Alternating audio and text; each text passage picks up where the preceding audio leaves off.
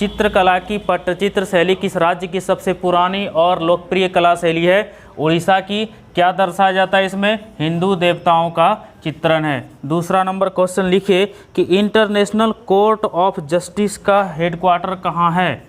International court of justice, international court of justice का मुख्यालय कहाँ है? पप्पू बता पाओगे कहाँ है? इंटरनेशनल कोर्ट ऑफ जस्टिस का मुख्यालय कहाँ है? The Hague. कहाँ? द हेग में है। द हेग कहाँ है? नीदरलैंड में है। कहाँ? द हेग नीदरलैंड में है। याद रखिएगा, ये बहुत ही अच्छा अंतर्राष्ट्रीय संगठन है जिसके बारे में आपको एग्ज़ाम में हमेशा पूछा जाएगा। इसकी स्थापना 1945 में हुई थी। स्थापना अगर पूछा जाए तो 1945 में हुई थी। और न्यायाधीशों की संख्या पूछा जाए तो कितनी होगी? इसमें न्यायाधीश कितने होते हैं? 15। कितने होते हैं? 15 होते हैं। और इसकी नियुक्ति कितने वर्षों के लिए की जाती है? 9 वर्षों के लिए। इनके न्यायाधीशों की जो नियुक्ति होती है वो 9 वर्षों के लिए की जाती है। अगर भाषा आपसे पूछे कि यहाँ की भाषा क्या है तो इसकी भाषा कौन सी होगी? अंग्रेजी और इंग्लिश है इनकी भाषा, और फ्रेंच है। कौन सी? फ्रेंच। इंग्लिश और फ्रेंच यहाँ की भाषा है। भारत के सबसे युवा राष्ट्रपति कौन थे? कौन थे? लिखिएगा, नीलम संजीव रेड्डी। नीलम संजीव रेड्डी सबसे युवा राष्ट्रपति थे। क्वेश्चन नंबर 4 लिखिए, गोबी मरुस्थल किस महाद्वीप में स्थित है? गोबी मरुस्थल किस महाद्वीप में स्थित है? तो ये किस महाद्वीप में है? एशिया में। कहाँ है? एशिया में। एशिया का ये गोबी मरुस्थल है। और सवाल पूछे आपका कि इसका विस्तार कहाँ से कहाँ तक है? तो इसका विस्तार मंगोलिया से लेकर के चीन तक है। गोबी मरुस्थल का विस्तार पूछे तो कहाँ से कहाँ तक है? मंगोलिया से लेकर के चीन तक इसका विस्तार है। मंगोलिया से लेकर के चीन तक इसका विस्तार है। और अगर पूछ दे आपसे कि कालाहारी मरुस्थल कहाँ स्थित है तो वो बताइए, कालाहारी मरुस्थल कहाँ पर है? बता पप्पू। कालाहारी मरुस्थल स्टार देके लिखिए, कालाहारी मरुस्थल। कालाहारी मरुस्थल कहाँ है? बोत्सवाना। कहाँ? बोत्सवाना। और बोत्सवाना किस महाद्वीप में? अफ्रीका। कहाँ? अफ्रीका। अगला सवाल पूछ दे आपसे कि टकला मकान मरुस्थल कहाँ है तो क्या पूछिएगा? क्या बताइएगा? टकला मकान मरुस्थल कहाँ है? टकला मकान मरुस्थल चीन में है। लेकिन चीन में कहाँ? सिक्यांग। कहाँ? सिक्यांग, ये चीन में है टकला मकान। अगला सवाल लिखिएगा, आ जाओ। अगला सवाल लिखिए, अटकामा मरुस्थल कहाँ है? अटकामा मरुस्थल कहाँ है? अटकामा मरुस्थल पूछे आपसे तो ये आपका उत्तरी चिली में है, जो दक्षिण अमेरिका में है। कहाँ? उत्तरी चिली। और उत्तरी चिली कहाँ है? दक्षिण अमेरिका। कहाँ? आ जाओ, दक्षिण अमेरिका। उत्तरी चिली कहाँ है? दक्षिण अमेरिका में। अगला सवाल अगर आपसे पूछे कि सहारा मरुस्थल कहाँ है तो क्या बताइएगा? सहारा मरुस्थल विश्व का सबसे छोटा मरुस्थल है कि बड़ा मरुस्थल है? विश्व का सबसे बड़ा मरुस्थल है सहारा मरुस्थल। और सवाल आपसे पूछे कि ये कहाँ है तो ये उत्तरी अफ्रीका में है। कहाँ पर है? उत्तरी अफ्रीका में ये स्थित है। और ये विश्व का सबसे बड़ा मरुस्थल माना जाता है। विश्व का सबसे बड़ा मरुस्थल लिख लीजिए, ये विश्व का सबसे बड़ा मरुस्थल, हाँ सिक्यांग है। विश्व का सबसे बड़ा मरुस्थल है ये सहारा मरुस्थल। याद रहेगा, गोबी मरुस्थल किस महाद्वीप में स्थित है? एशिया महाद्वीप में। इसका विस्तार मंगोलिया से लेकर के चीन तक है। कालाहारी मरुस्थल बोत्सवाना अफ्रीका में है। टकला मकान मरुस्थल सिक्यांग चीन में है। अटकामा मरुस्थल उत्तरी चिली दक्षिण अमेरिका में है। सहारा मरुस्थल उत्तरी अफ्रीका में है। विश्व का सबसे बड़ा मरुस्थल है सहारा मरुस्थल, इसको याद रखिएगा। अगले क्वेश्चन पर आइए, 5वां नंबर होगा। राज कहाँ लिखा रहा है? राज तरंगिणी के लेखक कौन हैं? राज तरंगिणी के लेखक कौन है जी? कलहन। राज तरंगिणी के लेखक कौन है? कलहन है। राज तरंगिणी के लेखक कलहन हैं। टकला मकान मरुस्थल के नीचे अटकामा मरुस्थल, ऑटोकामाका ममाका अटकामा मरुस्थल। चलो लिखो, कुमार संभवम रघुवंशम। कहाँ रे? कुमार संभवम रघुवंशम, कुमार संभवम रघुवंशम, अभिज्ञान शकुंतलम, मेघदूतम, अभिज्ञान शकुंतलम, मेघदूतम किसकी रचना है? ये सारी रचनाएं किसकी है? कालिदास। किसकी रचना है? कालिदास। अगला लिखिए, गीत गोविंद। गीत गोविंद और रति मंजरी। गीत गोविंद और रति मंजरी के जो लेखक हैं वो कौन हैं? कौन है? जयदेव। कौन है?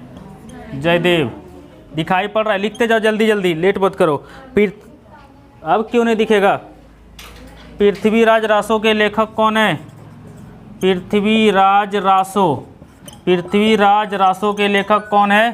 चंदवरदाई। कौन है? चंदवरदाई। दिखाई पड़ रहा है ना? अभी पेन पतला चल रहा है, धीरे धीरे मोटा होगा, ये अभी घिसा नहीं है। लिखो, मृच्छकटिकम के लेखक कौन है? पप्पू। कौन है? मृच्छकटिकम। मृच्छकटिकम के लेखक कौन है? शूद्रक। कौन है? शूद्रक। अगला लिखिए कि बुद्ध चरितम के लेखक कौन है? बुद्ध चरितम। बुद्ध चरित्रम के लेखक कौन है? अश्वघोष। कौन है? अश्वघोष हैं। बुद्ध चरित्रम के लेखक अश्वघोष हैं। अगला लिखिए, साहित्य लहरी और सूरसागर। साहित्य लहरी और सूरसागर। साहित्य लहरी और सूरसागर, इसके कौन है? सूरदास। साहित्य लहरी और सूरदास के साहित्य लहरी और सूरसागर के लेखक कौन है? सूरदास। लिखिए जल्दी से, फटाफट छापिए, मिटाएंगे।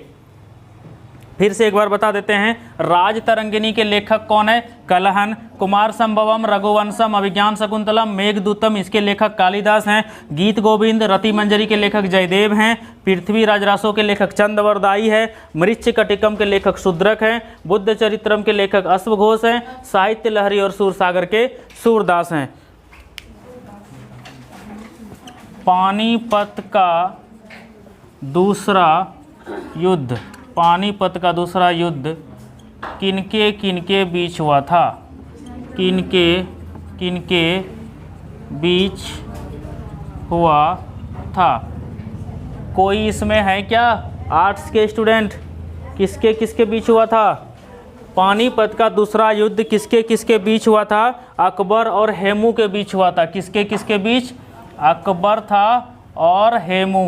पानीपत का दूसरा युद्ध अकबर और हेमू के बीच हुआ था। और अगर प्रथम युद्ध पूछ दे तो किसके साथ हुआ था? पानीपत का अगर प्रथम युद्ध पूछे तो किसके किसके बीच हुआ था? एक ऑप्शन देते हैं, इब्राहिम लोदी। इब्राहिम लोदी। और बताओ, इब्राहिम लोदी और किसके बीच? हाँ, कौन बोला? बाबर। बोलो रे, आर्ट्स वाली सब स्टूडेंट सब कहाँ गई? इब्राहिम लोदी और किसके बीच हुआ था? बाबर के बीच हुआ था। आर्ट्स वाली सब बोल नहीं रही है। देखो यहाँ बच्चा बोल दिया, हमारा समाज आगे बढ़ रहा है। इब्राहिम लोदी और बाबर के बीच हुआ था। हाँ बता दी, चलो धन्यवाद। पानीपत का दूसरा युद्ध किनके किनके बीच हुआ था? अकबर और हेमू के बीच हुआ था। और प्रथम युद्ध किसके किसके बीच हुआ था? इब्राहिम लोदी और बाबर के बीच हुआ था। और प्रथम युद्ध की बात करें तो ये 1526 को हुआ था। और दूसरा युद्ध कब हुआ था जी? 1500 पानीपत का जो प्रथम युद्ध हुआ था वो 1556 में हुआ था। कब हुआ था? द्वितीय युद्ध हुआ था 1556 में, उल्टा बोला गया, और प्रथम हुआ था 1526 में। दूसरा युद्ध अकबर और हेमू के बीच 1556 में हुआ था, और प्रथम वाला इब्राहिम लोदी और बाबर के बीच 1526 में हुआ था। ध्यान रखिएगा। और अगर हल्दी घाटी का युद्ध पूछ दे और इसी में अगर तीसरा युद्ध पूछ दे आपको, तो क्या बोलिएगा? तीसरा युद्ध किसके किसके बीच हुआ था? मराठा था। और किसके साथ हुआ था? अहमद शाह अब्दाली। कौन था? अहमद शाह अब्दाली। ये लिख लीजिए तीसरा युद्ध, पानीपत का तीसरा युद्ध। कौन सा? तीसरा युद्ध लिख लीजिए। किसके किसके बीच हुआ था? मराठा और अहमद शाह अब्दाली के बीच हुआ था। और कब हुआ था ये पूछे आपसे तो 1761 में हुआ था। कब हुआ था? 1761 में हुआ था। और हल्दी घाटी का युद्ध पूछ दे तो क्या बताइएगा आप? हल्दी घाटी का युद्ध किसके किसके बीच हुआ था? लिख लीजिए हल्दी घाटी का युद्ध महाराणा प्रताप और अकबर के बीच। किसके किसके बीच? महाराणा प्रताप और किसके बीच? अकबर के बीच। महाराणा प्रताप और अकबर के बीच कौन सा युद्ध हुआ था? हल्दी घाटी का युद्ध हुआ था। कौन सा? हल्दी घाटी का युद्ध हुआ था। ये आपको ध्यान रखना है। कब हुआ था ये सवाल पूछे तो ये 1576 में हुआ था। कब हुआ था? 1576 में। तीसरा युद्ध मराठा और अहमद शाह अब्दाली के बीच। दूसरा लिखे हैं पानीपत का दूसरा युद्ध अकबर और हेमू के बीच 1556 में। देखिए क्वेश्चन ही था हमारा पानीपत का दूसरा युद्ध किनके किनके बीच हुआ था? तो अकबर और हेमू के बीच 1556 में। और पहला युद्ध प्रथम युद्ध हुआ था इब्राहिम लोदी और बाबर के बीच 1526 में। और तीसरा युद्ध हुआ था मराठा और अहमद शाह अब्दाली के बीच 1761 में। और अगर हल्दी घाटी का युद्ध सवाल पूछे आपसे तो महाराणा प्रताप और अकबर के बीच हुई थी 1576 में। हाँ सर, नहीं देंगे पंखा, दुश्मनी है तुम लोग से। हमको गर्मी नहीं लग रहा है, हैं? हम सिखा रहे हैं तुम लोग की कष्ट कैसे सहा जाता है। चलिए 7 नंबर लिखिए। कौन सा देश संयुक्त राष्ट्र सुरक्षा परिषद का सदस्य नहीं है? क्वेश्चन लिखिए कौन सा देश। देखिए ये ऑप्शनेबल क्वेश्चन है, ऑप्शन बेस्ड क्वेश्चन है। कौन सा देश संयुक्त राष्ट्र सुरक्षा परिषद, संयुक्त राष्ट्र सुरक्षा परिषद का अस्थाई सदस्य नहीं है? का अस्थाई सदस्य नहीं है, अस्थाई सदस्य नहीं है। कौन सा देश? देखिए पहले इसके अस्थाई सदस्यों के आप नाम लिख लीजिए। पहले जो इनके अस्थाई सदस्य हैं उनके आप नाम लिखिए। अस्थाई सदस्य हैं अमेरिका, रूस, ब्रिटेन। लिखिए अमेरिका, उसके बाद रूस लिखिए, उसके बाद ब्रिटेन लिखिए, उसके बाद आप फ्रांस लिखिए और चीन लिखिए। क्या लिखिएगा? फ्रांस लिखिए और चीन लिखिए। ये सारे अस्थाई सदस्य हैं। अगर आपसे ऑप्शन के अलावा इस तरह क्वेश्चन पूछे कि कौन सा देश संयुक्त राष्ट्र सुरक्षा परिषद का अस्थाई सदस्य नहीं है, तो 1 2 3 4 5 देश को छुड़ा करके तुम किसी भी देश का यहाँ पर नाम दे। मान लो कि हम एक दे दें यहाँ थाईलैंड। क्या नाम दे दें? थाईलैंड। बिना काम का थाईलैंड दे दिए, क्योंकि हम तो अस्थाई सदस्य इतना ही जानते हैं, 5 तो ही, बाकी तो कोई भी नहीं है। ऑप्शन में इसको छोड़ करके कोई भी रहेगा तो मार देंगे। ऑप्शन में इसको छोड़ के रहेगा कोई भी तो क्या करिएगा? उसको मार दीजिएगा, कोई दिक्कत नहीं है। आगे का क्वेश्चन लिखिए 8 नंबर। लोकसभा के सदस्यों की अधिकतम संख्या कितनी है? किसी को पता है कितनी है? कितना है? 552। 552 है। कितनी? 552। यहाँ सवाल देखिए क्या पूछा कि लोकसभा के सदस्यों की अधिकतम सीटों की संख्या कितनी है? अधिकतम पूछे तो 552 और वर्तमान में अभी कितनी है? 545। और वर्तमान पूछे तो लिखिएगा वर्तमान में 545। सवाल को ध्यान से पढ़िए तभी आपको पता चलेगा कि क्वेश्चन बोल क्या रहा है। लिखिए कंप्यूटर का क्वेश्चन है। कंप्यूटर में सहायक मेमोरी या सेकेंडरी मेमोरी, सहायक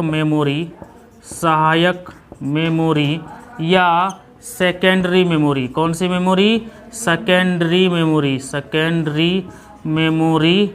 मेमोरी नहीं है। कौन सा नहीं है। ये भी देखिए ऑप्शन बेस्ड क्वेश्चन है, फिर भी मैं आपको लिखा रहा हूँ क्योंकि हम इसका विश्लेषण करेंगे पूरा। तो इसका नाम है PROM। पी हटा देंगे तो रोम बन जाएगा, पी लगा देंगे तो PROM हो जाएगा। इसका फुल फॉर्म है प्रोग्रामेबल रीड ओनली मेमोरी। क्या है full form? Programmable read only memory. जिसको इंग्लिश में लिखने में दिक्कत होगा वो हिंदी में लिख लीजिएगा, प्रोग्रामेबल रीड ओनली मेमोरी। ये PROM का फुल फॉर्म होता है और यह अस्थाई भंडारण की युक्ति से संबंधित है। क्या करता है ये? कैसा भंडारण करता है? अस्थाई भंडारण करता है। PROM क्या करता है? अस्थाई भंडारण की एक युक्ति है। अस्थाई भंडारण की एक युक्ति है, ये ध्यान में रखिएगा। अस्थाई भंडारण की एक युक्ति है। अगला क्वेश्चन 10 नंबर क्वेश्चन पर आइए। 10 नंबर क्वेश्चन है कि भारत का पहला परमाणु ऊर्जा स्टेशन की स्थापना। लिखिए, भारत के पहले परमाणु ऊर्जा स्टेशन की स्थापना, भारत के पहले परमाणु ऊर्जा स्टेशन की स्थापना कब की गई? कब की गई? किसी को मालूम? कब की गई? कब की गई? 1969 में की गई थी। अब बताइए, ये जो परमाणु वाला जो स्टार्ट हुआ, अगर आपसे पूछ दे कि भारत का पहला परमाणु रिएक्टर कौन था तो क्या बोलिएगा? अप्सरा। लिख लीजिए, भारत का पहला परमाणु रिएक्टर, भारत का पहला परमाणु रिएक्टर पूछे तो क्या? अप्सरा। कब? अब क्या नाम है इसका? अप्सरा नाम है। और सवाल पूछ दे कि स्थापना कब हुई तो क्या बोलिएगा? 1956। कब? 1956 में। और दूसरा परमाणु बिजली स्टेशन पूछे आपसे, ये तो पहला परमाणु बिजली स्टेशन हो गया 1969 में। अगर सबसे पहला पूछ दे कि सबसे पहला परमाणु जो बिजली स्टेशन है वो कहाँ था, सबसे पहला कहाँ था, आप खोज के बताइएगा। मैं दूसरा लिखा देता हूँ, आप इसी में आप उनको बताइएगा। दूसरा जो स्टेशन है, दूसरा स्टेशन जो है, तुम्हारा फ़ोन बज रहा है क्या? जाओ उठा लो। दूसरा जो स्टेशन है जो खुला था, दूसरा परमाणु बिजली स्टेशन, वो राजस्थान में था। कहाँ? राजस्थान में। पहला आप खोज के बताइएगा हमको कि कहाँ था। दूसरा राजस्थान में था, पहला परमाणु रिएक्टर अप्सरा। अगला क्वेश्चन लिखिए, द्रव्यमान कैसी राशि है? अदिश की सदिश? द्रव्यमान कैसी राशि है? कैसी राशि है? बताइए कोमल, द्रव्यमान कैसी राशि है? अदिश राशि है। क्या है? अदिश राशि। कोई हमको अदिश राशि और सदिश राशि में अंतर बता सकते हैं क्या? सदिश राशि किसे कहते हैं?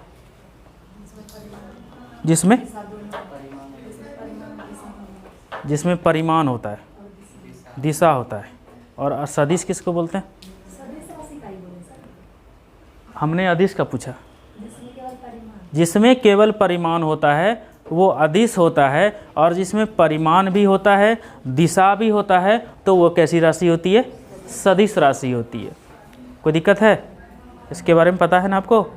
किसी को कन्फ्यूजन है क्या सदिश सदिश में? पीछे से तुमको शकुंतला, पीछे में दिक्कत है कुछ? तुम्हारे बगल वाली सॉरी क्या नाम है? मीरा, क्या नाम? मीना, क्या तुमको दिक्कत है? नहीं ना? चलो, कुछ अदिश राशियों के नाम बताइए। कौन कौन सी अदिश राशि है वो लिख लीजिए आप। अदिश राशि, अदिश राशि लिख लीजिए। क्योंकि देखिए, ये आपको याद नहीं रहता है, जानते तो हैं लेकिन एन वक्त पर आप गलत मार देंगे। लिखिए, दूरी हुआ, दूरी, चाल, समय, और कौन कौन सा हो सकता है? दूरी, चाल, समय। क्षेत्रफल हो गया, कार्य हो गया, ऊर्जा हो गया। क्षेत्रफल लिखिए, कार्य हो गया और ऊर्जा हो गया। और क्या लिख सकते हैं? तापमान हो गया, विशिष्ट ऊष्मा हो गया। तापमान लिख लीजिए, तापमान हो गया, ऊष्मा हो गया, विशिष्ट ऊष्मा लिख लीजिए, विशिष्ट ऊष्मा। उसके बाद गुप्त ऊष्मा, ये सब लिख लीजिए। और लिख सकते हैं आप विद्युत धारा हो गया, पृष्ठ तनाव हो गया, विद्युत धारा हो गया, पृष्ठ तनाव हो गया और दाब हो गया। ये सारी राशियाँ कैसी राशि है? अदिश राशि है। इसको ध्यान रखेंगे। और अगर अदिश राशि में बात की जाए कि अदिश राशि किसे बोलते हैं, तो जिसमें केवल परिमाण होते हैं। केवल क्या होते हैं?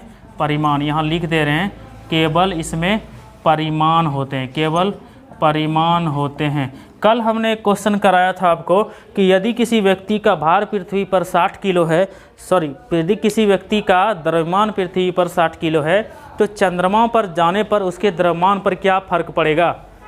कोई फर्क नहीं पड़ेगा, क्योंकि जब हम स्थान बदलते हैं तो हमारा द्रव्यमान वही रहता है, बदलता क्या है?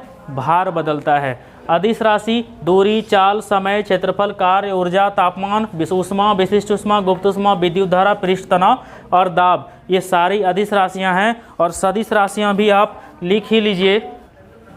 अगला लिखना था सदिश राशि ना, सदिश राशि, सदिश राशि लिखिए। सदिश राशि में आप कौन कौन सा लिखिएगा?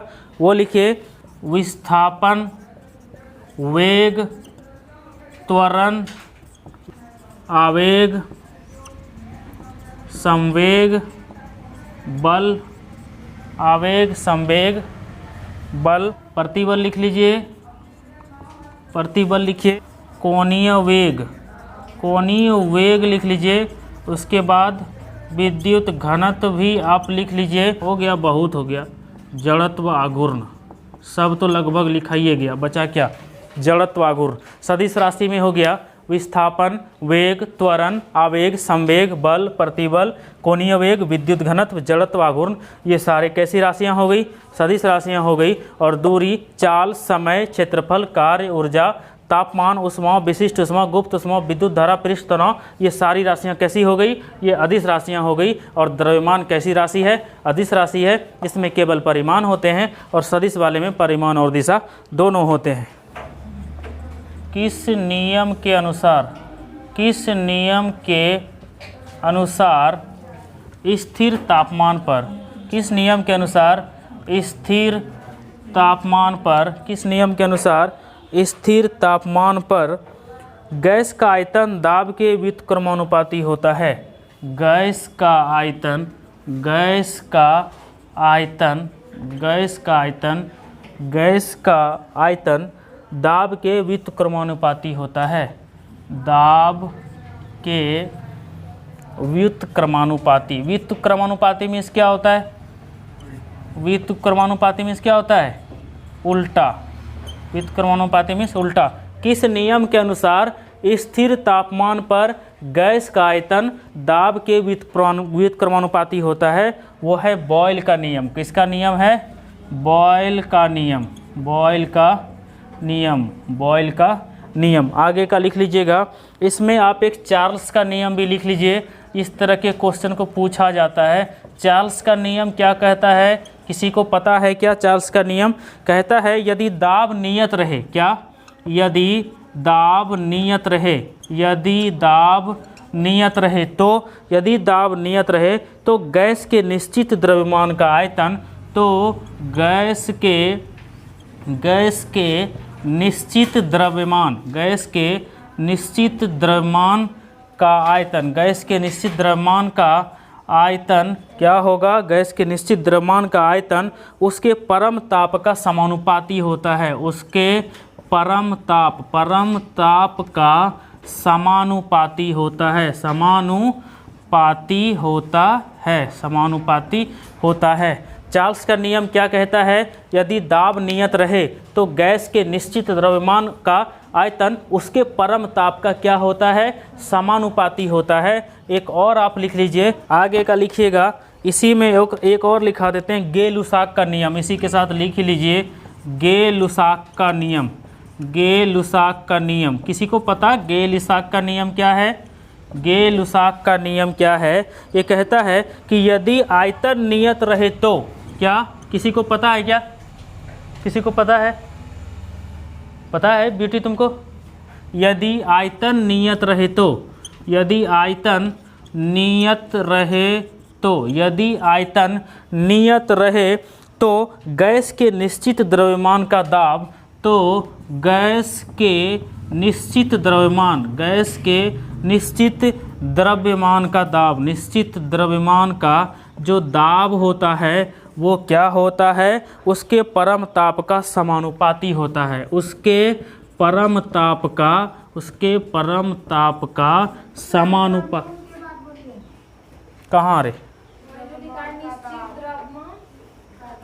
गेल उसाक में भी, गेल उसाक में कि उसमें गेल उसाक का नियम, यदि आयतन नियत रहे तो गैस के निश्चित द्रव्यमान का दाब उसके परम ताप का समानुपाती होता है, समानुपाती होता है। देखो दोनों डेफिनेशन एक ही तरह दिख रहा है ना, दिख रहा है। अंतर कहाँ है? यहाँ पर दाब नियत रहता है और यहाँ पे क्या नियत रहेगा?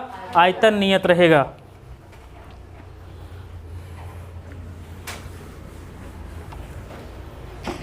आगे का क्वेश्चन लिखिए 13 नंबर, कौन परिसंचरण तंत्र का भाग नहीं है? कौन परिसंचरण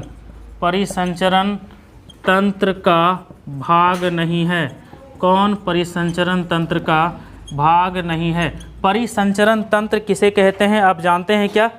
इसमें भाग लेता है हमारी रक्त वाहिनियाँ। कौन भाग लेती है? रक्त वाहिनियाँ भाग लेती है। और कौन भाग लेता है? हमारा हृदय भाग लेता है। कौन भाग लेता है? रक्त वाहिनियाँ और हृदय भाग लेता है। तो सवाल देखिए कितना अच्छा पूछा। आपको इतना याद रखना है कि परिसंचरण भाग का तो भाग, एक तो याद रखेंगे रक्त वाहिनी और एक तो हृदय। बाकी पूछ देगा कि परिसंचरण तंत्र का भाग नहीं है तो कुछ लिख देंगे, किडनी लिख देंगे, बड़ी आंत लिख देंगे और कुछ लिख देंगे। हम लिख देते हैं बड़ी आंत। ऑप्शन में अगर आपको ऐसा दिया रहे तो आप क्या करिएगा? आप जानिएगा तब ना परिसंचरण तंत्र का भाग कौन कौन सा है। जो होगा उसको छाट दीजिएगा, जो नहीं होगा उसको क्या करिएगा? उसको तुरंत ऑप्शन से मार दीजिएगा ना ऐसे। चलिए आगे का क्वेश्चन लिखिए, ऊपर मिटा दें। ये नियम याद रहेगा ना कि बॉयल का नियम एक नियम हो गया, दूसरा आपका चार्ल्स का नियम हो गया, तीसरा हो गया आपका गेल-लुसाक का नियम। फिर से एक बार रिपीट कर देता हूँ कि बॉयल का नियम कहता है कि स्थिर तापमान पर गैस का आयतन दाब के क्या होता है? व्युत्क्रमानुपाती होता है। और चार्ल्स का नियम कहता है कि यदि दाब नियत रहे तो गैस के निश्चित द्रव्यमान का जो आयतन है उसके परम ताप का समानुपाती होता है। और यही बात गेल-लुसाक बोलते हैं, लेकिन फर्क इतना है कि गेल-लुसाक में यदि आयतन नियत रहे तो गैस के निश्चित द्रव्यमान का दाब उसके परम ताप का समानुपाती होता है। अगला क्वेश्चन था कौन परिसंचरण तंत्र का भाग नहीं है? तो कोई भी अंग ले लेंगे, इस दो अंगों को छोड़ करके, रक्त वाहिनियों और हृदय को छोड़ करके कोई भी अंग आप ऑप्शन के अनुसार लगा सकते हैं। कोई दिक्कत है? नहीं ना। चलिए 14 नंबर क्वेश्चन लिखिए, क्वेश्चन नंबर 14, कंप्यूटर की भौतिक स्मृति से, लिखिए कंप्यूटर से क्वेश्चन है, कंप्यूटर की भौतिक स्मृति से, कंप्यूटर की भौतिक स्मृति से संग्रहित परिणाम निकालने की प्रक्रिया, संग्रहित परिणाम निकालने की प्रक्रिया, संग्रहित परिणाम निकालने की जो प्रक्रिया है उसको जाना जाता है, प्रक्रिया को जाना जाता है। देखिए कंप्यूटर से क्वेश्चन है। आप बताइए कंप्यूटर पढ़ने के बाद अगर इस तरह के क्वेश्चन आपको मिल जाएं तो आपको बना पाएंगे? इसको बना पाएंगे? हाँ ना किसी में, ना गाय में हो, ना भैंस में हो, ना पढ़ाई में हो, ना खेल में हो, किसी में नहीं। अरे हाँ ना बोला करिए। जब कहानी सुनाती है दादी मम्मी तो क्या बोलती है? कम से कम हुंकार भर तब जन वो जागलो छे तबन सुनेबो कि सूती गल तब कथिल सुनेबे हम, ऐसी बोलती है ना। क्वेश्चन बोलेंगे कंप्यूटर की भौतिक स्मृति मतलब स्टोरेज, स्मृति से संग्रहित परिणाम निकालने की प्रक्रिया को जाना जाता है। इसको बोलते हैं आउटपुट। क्या बोलेंगे इसको? Output process. कौन सा प्रोसेस बोलेंगे? Output process. क्या बोलेंगे? Output process. देखो यही क्वेश्चन कंप्यूटर में आपको कंपटीशन एग्जाम में पूछा जाता है, ना कि वर्ड किसे कहते हैं, ना कि एक्सेल किसे कहते हैं। ये सारी चीज़ें नहीं पूछी जाती है, ऐसे ही पूछी जाती है। आप आइए, आउटपुट प्रोसेस हो गया, ये आप याद रखिएगा। टेक्सोनॉमी का नाम सुने? टेक्सोनॉमी का जनक किसे कहा जाता है? टेक्सोनॉमी का जनक कौन है? किसी को पता है? किसे कहा जाता है टेक्सोनॉमी का जनक?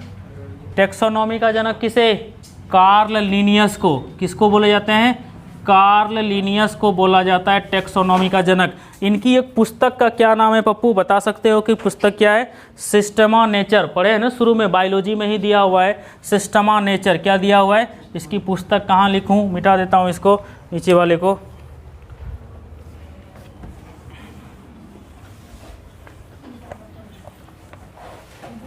इसकी पुस्तक का क्या नाम है? इनकी जो पुस्तक है, इनके पुस्तक का क्या नाम लिखिएगा? हिंदी में लिख दूं? हिंदी में लिख देते हैं, सिस्टमा नेचर, ऐसे लिख लीजिए। इनकी पुस्तक का नाम है सिस्टमा नेचर। और इसी पुस्तक में ना इन्होंने जंतु को जो है ना 2 भाग में बांटा था। किस में बांटा था? एक जंतु में और दूसरा किस में बांटा था? पादप में। किस में? एक तो जंतु में बांटा था और पादप में, इसी पुस्तक में बांटा था इन्होंने, ये याद रखिएगा। अब आगे का क्वेश्चन आइए। है कौन पुस्तक? रजिया। नहीं सुना है हमने, देख लूंगा एक बार। नाजिया पुस्तक सुना है क्या? मैंने तो पढ़ा नहीं।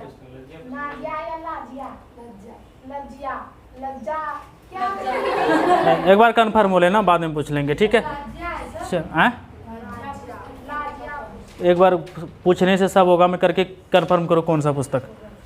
16 नंबर पर 16 नंबर है, सापेक्षता का सिद्धांत किससे संबंधित है? सापेक्षता का सिद्धांत। सापेक्षता का सिद्धांत किसी को पता है? सापेक्षता का सिद्धांत, सापेक्षता का सिद्धांत किससे संबंधित है? किससे संबंधित है? किससे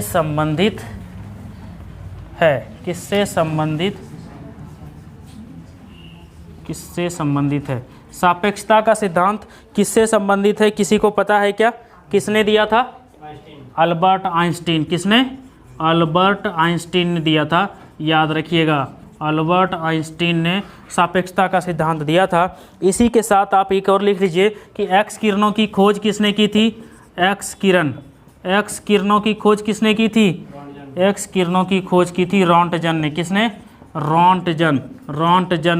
रॉन्टजन। अगर आपसे पूछ दिया जाए कि गुरुत्वाकर्षण का नियम किसने दिया, तो आप क्या करेंगे?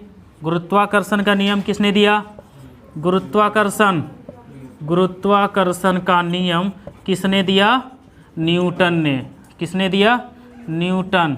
और अगर आप लोग याद नहीं रखिएगा तो आप लोग को नाम रख देंगे न्यूटन का भाई टनाटन, ठीक है? इसलिए आप याद रखिएगा गुरुत्वाकर्षण का नियम।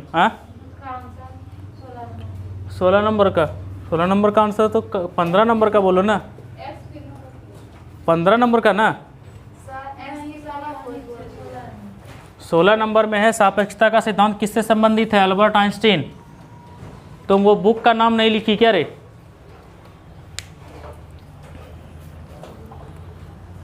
चलिए आगे आइए, 17 नंबर क्वेश्चन में आइए।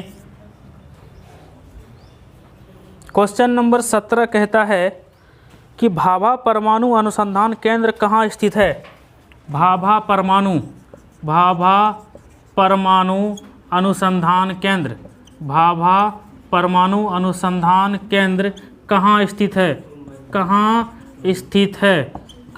स्थित है? भाभा परमाणु अनुसंधान केंद्र अगर पूछे तो कहाँ स्थित है? तो मुंबई में स्थित है। कहाँ स्थित है? मुंबई में। इसका आंसर लिखो, मुंबई में। मुंबई। इसको इंग्लिश में क्या बोलते हैं? इसको बोलते हैं बार्क। ये जो अनुसंधान केंद्र है इसको इंग्लिश में क्या बोलते हैं? बार्क। क्या बोलते हैं? Bark, BARC, Bhabha atomic research centre. क्या पढ़ेंगे इसको? Bhabha atomic research centre. इसका फुल फॉर्म है भाभा परमाणु अनुसंधान केंद्र। कहाँ स्थित है? तो ये मुंबई में अवस्थित है। इनके नाम पर रखा गया है। किनके नाम पर है? डॉक्टर होमी जहांगीर भाभा, यही है ना जी? डॉक्टर होमी जहांगीर भाभा के नाम पर ये वाला जो मुंबई में है केंद्र, अनुसंधान केंद्र, इन्हीं के नाम पर रखा गया है। डॉक्टर होमी जहांगीर भाभा के नाम पर भाभा एटॉमिक रिसर्च सेंटर इसका नाम है। कब इसकी स्थापना हुई थी? 3 जनवरी 1954 को। इसकी स्थापना कब हुई थी? भाभा की स्थापना कब हुई थी? 3 जनवरी हाँ, स्थापना कब हुई थी? 3 जनवरी 1954। कब हुई थी? 3 जनवरी 1954। 3 जनवरी 1954 को भाभा परमाणु अनुसंधान केंद्र की स्थापना हुई थी। कहाँ हुई थी? मुंबई में हुई थी। इसका आप ध्यान रखेंगे। अब दूसरा अगर हम बात करेंगे, रावत भाटा परमाणु विद्युत गृह कहाँ है? रावत भाटा कहाँ है जी? रावत भाटा कहाँ है? र से रावत भाटा और र से राजस्थान। रावत भाटा कहाँ है? मिटा दें सापेक्षता का सिद्धांत। चलिए लिखिए, रावत भाटा परमाणु विद्युत गृह। रावत भाटा स्टार देके लिखिएगा इसी क्वेश्चन में। रावत भाटा जो परमाणु विद्युत गृह है, रावत भाटा परमाणु जो विद्युत गृह है, र से रावत भाटा, र से कहाँ? राजस्थान। इस तरह से याद रखिएगा। अगला आप लिखिएगा कि नरौरा परमाणु विद्युत गृह। नरौरा कहाँ है?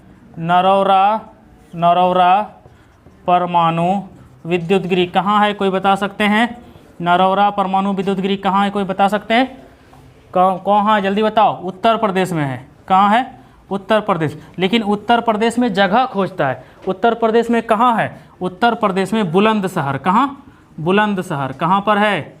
ये याद रखिएगा, आजकल यही सब चीज़ पूछता है। बुलंदशहर उत्तर प्रदेश में है नरौरा परमाणु संयंत्र।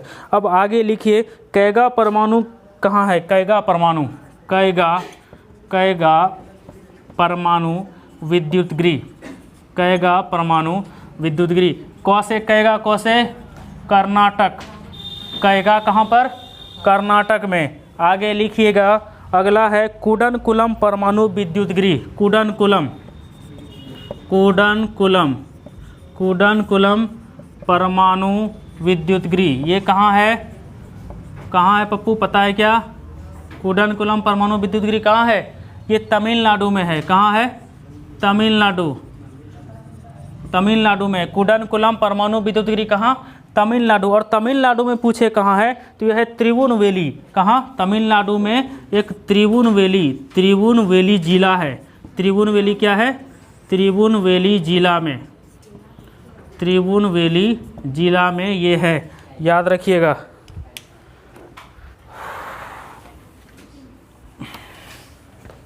हो गया? लिख लिए? कूडनकुलम, अरे यार, कूडनकुलम परमाणु विद्युत गृह कहाँ? तमिलनाडु में कहाँ? त्रिभुवनवेली जिला है तमिलनाडु में, वहाँ पर है। और नरौरा परमाणु विद्युत गृह उत्तर प्रदेश, जो कहाँ स्थित है? ये बुलंदशहर में स्थित है। बुलंदशहर उत्तर प्रदेश में है। रावत भाटा परमाणु विद्युत गृह राजस्थान में है। कैगा परमाणु विद्युत गृह कर्नाटक में है। कूडनकुलम जो कि तमिलनाडु में है। त्रिभुवनवेली जिला में कूडनकुलम परमाणु विद्युत जो इस गृह है वो स्थित है। अगला लिखिए, सूचना प्रौद्योगिकी में NIU का पूर्ण रूप क्या है?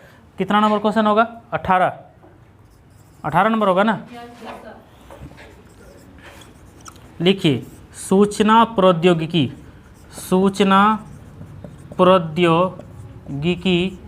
में NIU का फुल फॉर्म क्या है? NIU का फुल फॉर्म क्या है? तो आप इसके आंसर में लिखिए, NIU का फुल फॉर्म क्या है आपको लिखना है। NIU का फुल फॉर्म हो गया नेटवर्क इंटरफेस यूनिट। क्या लिखिएगा? नेटवर्क इंटरफेस यूनिट हो गया इसका फुल फॉर्म। और अगर आपको और भी पूछना है, और भी आपको इसमें से लिखना है कि और कौन कौन से फुल फॉर्म होते हैं, तो वो आप लिख लीजिए। NIC का क्या होगा जी? NIC का फुल फॉर्म क्या होगा? किसी को पता है? Network interface card. Network interface card इसका फुल फॉर्म होता है। और भी अगर फुल फॉर्म की बात करें तो अगला फुल फॉर्म आप लिख सकते हैं मैन का फुल फॉर्म किसी को पता है क्या?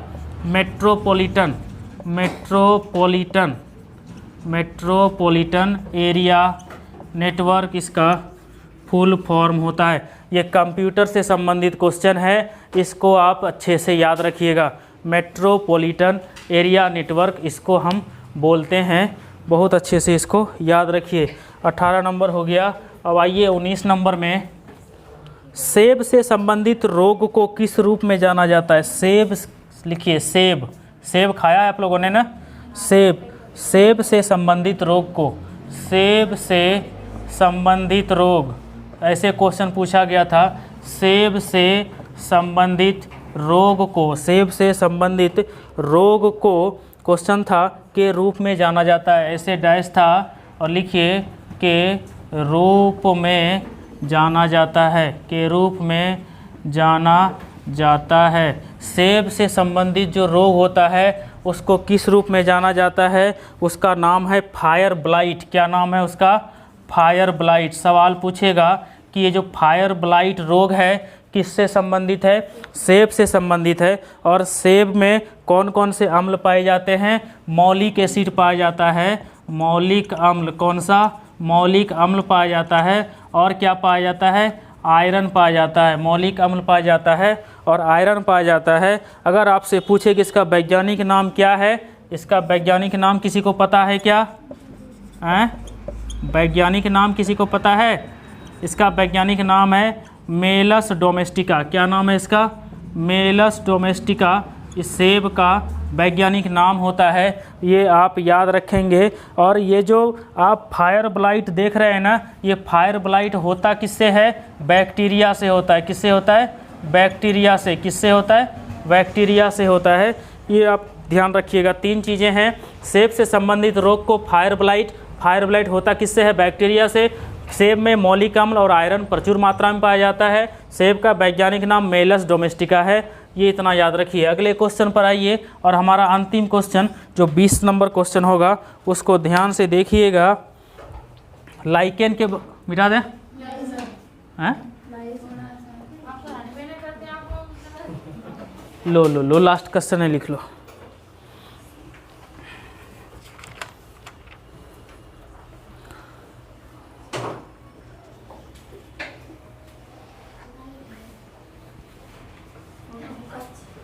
अगला लिखिए, लाइकेन के बारे में बताए थे ना। लाइकेन एक ऐसा जीव है। अगला क्वेश्चन लिखिए,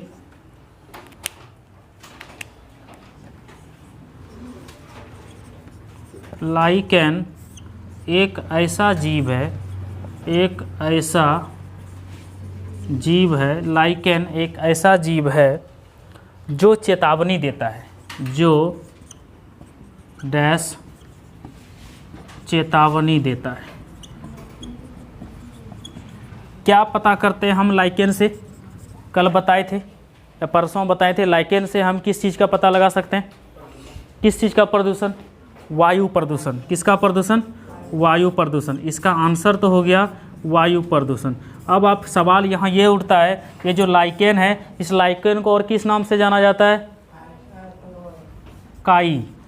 कल बताए थे नहीं, कल परसों, काई। अब ये बताइए लाइकेन सहजीवन किसका है? किसका सहजीवन है लाइकेन? कवक और शैवाल का। किसका सहजीवन है? कवक और शैवाल। कवक और शैवाल का ये सहजीवन होता है लाइकेन। और वायु प्रदूषण के नापने में, वायु प्रदूषण के चेक करने में आपको लाइकेन मदद करता है। ये बहुत ही अच्छी बात है कि लाइकेन हमारे पर्यावरण में वायु प्रदूषण की जानकारी देता है। कवक और शैवाल का ये क्या है जी? कवक और शैवाल का कौन सी है? सहजीवन है। पहला प्यार है, सहजीवन। ठीक है, ठीक। चलिए आगे लिखेंगे कि आप आम्ल वर्षा का नाम सुने हैं? आम्ल वर्षा, आम्ल वर्षा। लास्ट ही तो है, क्वेश्चन नंबर कहाँ बढ़ा रहे हैं? इतना हड़बड़ी आप लोगों को है। भूख मुझे लगी होती है, टाइम हमारा होता है, और चिंता किसको होती है? आपको होती है। लीजिए, कवक और शैवाल का सहजीवन है। अब बताइए आम्ल वर्षा किससे होती है? किसका वैज्ञानिक नाम? सेब का, मेलस डोमेस्टिका। आम्ल वर्षा किसके कारण होती है? सल्फर डाइऑक्साइड, SO2 होता है ना जी। सल्फर डाइऑक्साइड के कारण आम्ल वर्षा होती है। ये आप याद रखिएगा।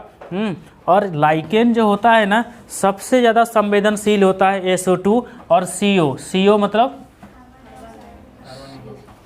CO carbon dioxide. यहाँ 2 लिखे हैं क्या? 2 लिखेंगे तब ना कार्बन डाइऑक्साइड। हाँ, ये इस दोनों के प्रति क्या होता है, संवेदनशील होता है। कौन, लाइकेन। SO2 और CO के प्रति लाइकेन बहुत ज़्यादा यानी अधिक संवेदनशील होता है इसके मामले में। चलिए, ये हो गया आपका 20 ठो क्वेश्चन, इसके आगे नहीं है। अच्छा ये बताइए, जो सल्फ्यूरिक अम्ल है इसका pH मान कितना होता होगा? ये जो अम्ल वर्षा होता है इसका pH मान, pH मान किसी को पता है? pH मान क्या होता है, कितना होता है? 7 कैसे होगा? pH मान कितना होता है ये आप बताइएगा। मैं शायद बता देता हूँ आपको, 5.6 से कम होता है। ठीक है, मैंने यहाँ लिख दिया 5.6 से कम होता है। एग्जैक्ट कितना होता है आप कमेंट में बता देना। ठीक है, क्या हुआ, क्या बोलो? कवक के बाद सवाल है, कवक के बाद सवाल है। हाँ, अब शांति मिला होगा कि 20 क्वेश्चन हो गए, लेकिन आपको पता है ना, ये सारे 20 क्वेश्चन में से आपको 20 के अलावे कितने क्वेश्चन मिलते हैं? मिलते हैं ना? हाँ, फिर चालू कर दिए। याद हो जाएगा ये वाला चीज़? पक्का? कोमल याद हो जाएगा? हैं? हाँ, कल पूछ लेंगे, कल पूछ लेंगे, याद हो जाना चाहिए तुमको। जो ही थोड़ा घर परिवार से बाहर निकलो और मेरे परिवार में आओ इधर। हाँ, क्यों नहीं आइएगा? का है सर? जो 20 क्वेश्चन वाली जीके वाली वीडियो है वो, उसका वीडियो अपलोड हमने कर दिया है। टाइमिंग शायद 10 बजे, 10:30 बजे के आसपास वो आपके पास आया होगा। ठीक है, और इसको भी हम कल अपलोड कर देंगे, इसको आप देख लीजिएगा। ठीक है, कोई दिक्कत? याद होता है ना? आप YouTube पर देख लीजिएगा, जिसका छूट जाता है वो YouTube पर देख लीजिएगा, कोई दिक्कत नहीं होना चाहिए। तुम्हारा रे त्रिशा, तुम तो नहीं देखती है।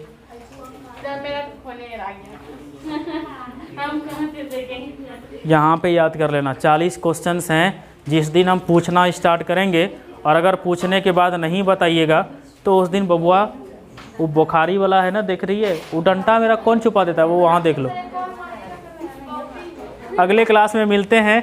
आइए आप जल्दी पर यहाँ से, जिसका लैब हुआ है लैब कर लीजिए। कल मिलेंगे फिर इसी टाइम में।